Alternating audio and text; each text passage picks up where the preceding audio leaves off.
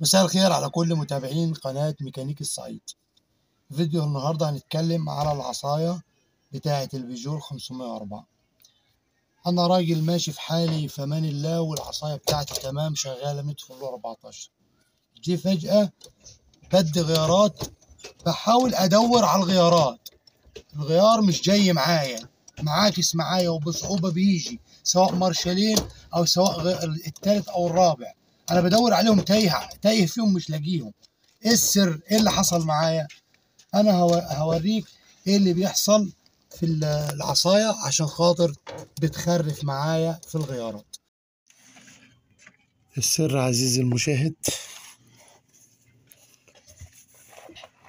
في الجلبه بتاعه الرجلاش بتاع الميزان بتاع العصايه.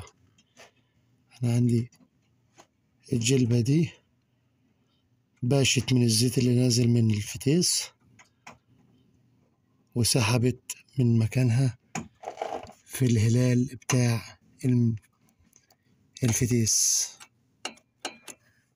كده المفروض ان انا اجيب واحدة جديدة اركبها مكان اللي سحبت دي.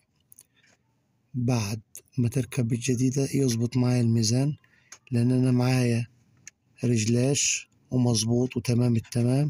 يجي فجأة باظ معايا الغيارات فوق، يبقى انا مجيش جنب الميزان ده.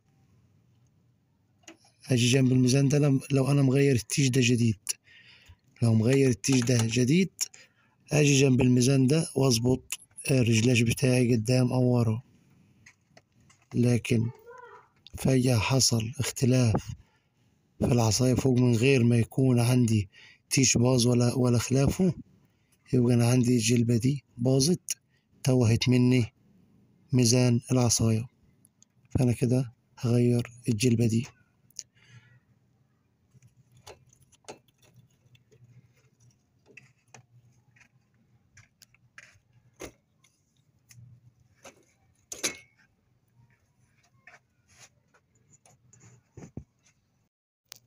كده أنا ركبت جلبة جديدة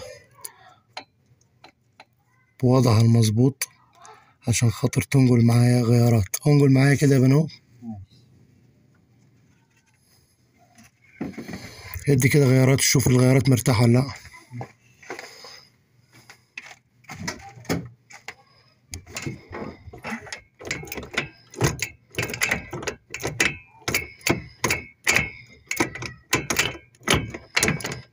تمام